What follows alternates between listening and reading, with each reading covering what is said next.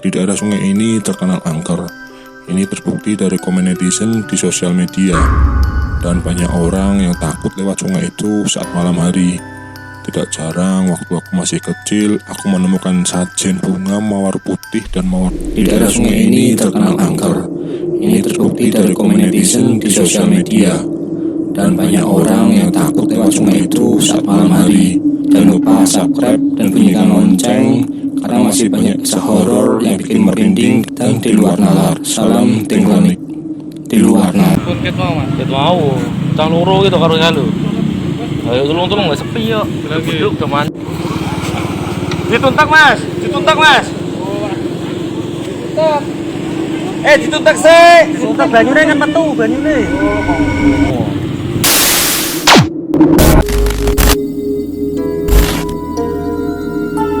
Hai Sobat Klinikers, aku Klinik. Kali ini aku ingin cerita tentang kisah menyeramkan yang pernah aku alami saat aku masih kecil, kira-kira 18 tahun yang lalu. Jujur, kisah seram ini sangat membekas dan menyeramkan buat aku, karena teman sebangkuku meninggal di sungai ini. Sungai yang terkenal angker di daerah Pedurungan. Entah mengapa, hampir setiap tahun ada anak kecil yang meninggal di sungai ini. Tidak luput juga di tahun 2020 ini, yang membuat aku masih ketakutan jika lewat sungai itu. Aku kasih gambaran sedikit ya tentang sungai ini. Sungai ini terletak di daerah Pedurungan. Sungai ini merupakan sungai yang lebar. Ada 2 jembatan beton besar yang menghubungkan 2 wilayah di daerah situ. Dan di bawah jembatan itu banyak tumbuhan liar. Ada banyak juga pohon pisang di tepi sungai itu.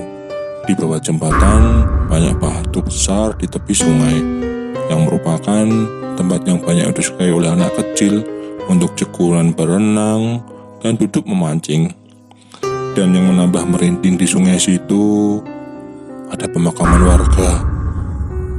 Dan di kala itu aku masih sekolah SD. Umurku masih 7 tahun, dan aku tinggal di daerah Peterongan. Aku senang dan nyaman dengan lingkungan Peterongan, karena temanku banyak di sana. Tiba-tiba saat itu ayah memanggilku, "Klinik, kesini, ayah mau bilang sesuatu." "Nak, mulai besok kamu pindah sekolah ya." Karena ayah baru beli rumah yang baru, dan kita sekeluarga akan pindah ke Pedurungan. Dan aku pun kaget dan spontan aku menolaknya. "Ayah, aku gak mau sekolah baru.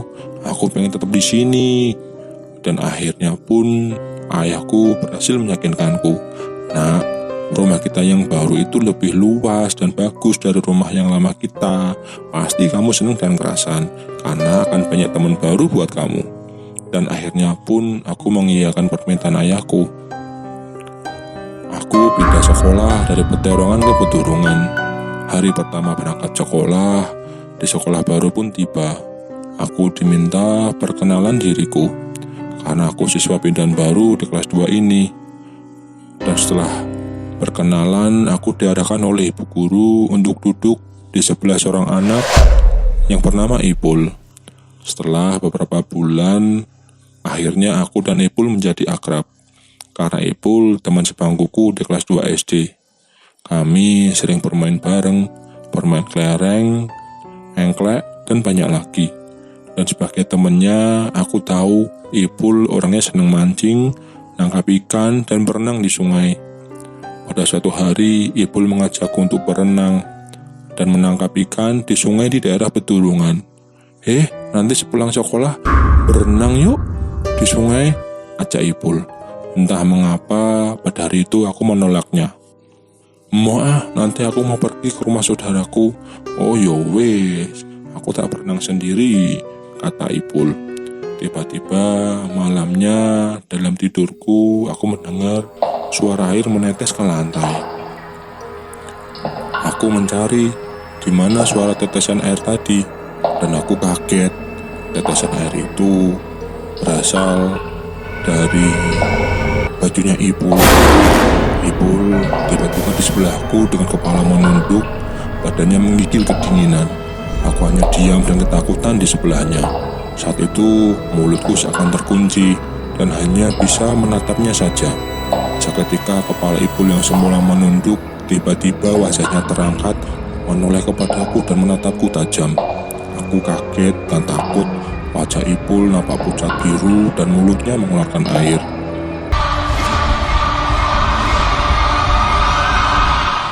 Dan saking kagetnya, aku terbangun dan teriak dari tidurku. Dan teriakanku membangunkan ibuku. Ibuku bergegas menuju kamarku dan menenangkanku. Karena aku ketakutan, aku minta malam itu ibu menemaniku untuk tidur di kamarku. Keesokan harinya saat aku berangkat sekolah, aku kaget. Bu guru mengumumkan bahwa temanku Ipul meninggal tenggelam di sungai itu. Aku bertanya dalam hati, apa arti mimpiku semalam sampai saat ini? Apakah itu artinya Ipul pamit atau permintaan tolong dari Ipul? Selang setahun setelah meninggalnya Ipul, kira-kira tahun 90-an, ada kabar anak kecil yang tenggelam di sungai yang sama. Dan jasadnya baru diketemukan 2 hari setelah kejadian. Di daerah sungai ini terkenal angker. Ini terbukti dari komen netizen di sosial media. Dan banyak orang yang takut lewat sungai itu saat malam hari. Tidak jarang waktu aku masih kecil, aku menemukan sajen bunga mawar putih dan mawar merah dibalut daun pisang dan telur ayam di sekitar sungai itu. Entah sajen itu buat apa. Suasana angker ditambah di dekat sungai itu ada pemakaman warga. Dan konon sungai itu berpenghuni makhluk halus. Dan dari kabar yang aku dengar, sungai angker itu selalu meminta korban anak kecil tiap tahunnya. Dan baru-baru ini, di bulan Maret tahun 2020 ini, ada anak kecil yang meninggal tenggelam di sungai ini. Ini videonya. Dituntak mas. Dituntak. Dituntak sih. Dituntak banyune kan metu banyune. Lah kan metu to lho. Dituntak sih mas.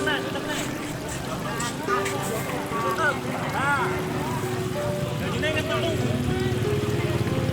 Kentrok. Ket mau. Ket mau. Cang loro gitu karo kalu. Ayo tolong nggak sepi ya. Duduk teman. Artinya keadaan sepi, duhur, malah pada mancing. Penghuni sungai ini mencari korban dengan cara menarik anak-anak sungai untuk berenang ke situ dan menyeret kaki mereka untuk dijadikan korban penghuni sungai itu. Dan konon jika ada aroma khusus di sungai itu pertanda akan ada korban berikutnya. Gimana sobat klinikers, serem gak kisahku? Jangan lupa kalau kalian lewat sungai itu ucapkan salam Bismillah supaya kalian selamat selalu. Terima kasih kepada sobat klinikers yang telah mendengar kisahku. Jangan lupa subscribe dan bunyikan lonceng karena masih banyak kisah horor yang bikin merinding dan di luar nalar. Salam tim klinik di luar nalar.